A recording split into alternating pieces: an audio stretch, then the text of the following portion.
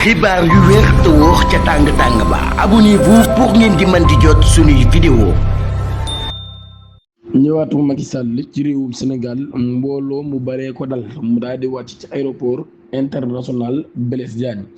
ay militant wam ak ay sympathisant wam daal di génn dajaloo ñu bari ci ñoom sol lu weex tàll ñëw accueillir ki nga xam ni moom moo nekkoon jiitum réew bu Sénégal di Macky Sall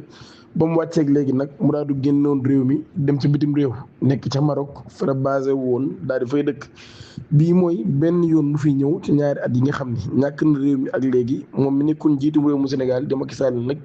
dagaan goo xam ni da koy dagaan baatub ñi nga xam ni ñoo di àdduna bi yëpp ngir daal di mën a nekk secrétaire général bu Nations Unies loolu yi bokk na ci li tax mu daal di ñëw ci réewum Sénégal ngir Diomaye ci boppam daal koy jàppale. waaye moom mii day Macky Sall bi mu ñëwee une démonstration de force dëgg daan nay feeñaat wane na dooleem wane na di ba tey ci réew mi la bokk te waaye réew mi am nañu ko ci déggal. waaye am na fi ay militants ay sympathisants ak nit ñoo xam ne ci politique moom Macky Sall rek la ñu gëm te Macky Sall la ñu àndal ñooñu nag daan nañ koy wane tey ci teertu goo xam ne teertu nañ ko waaye tatagal goo xam ne tatagal nañ ko ci loolu sax kenn ci ñoom moom yoon daan na koy teg loxo ca aéroport ba muy Amath Suzanne Camara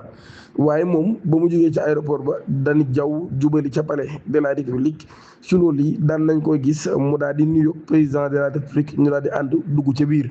comme Macky Sall moom la ko fi indi woon muy président de la République Bassirou Diomaye Diakhar Faye daal koy dalal daan na koy am ca palais de la République président Bassirou Diomaye Diakhar Faye daan nay dalal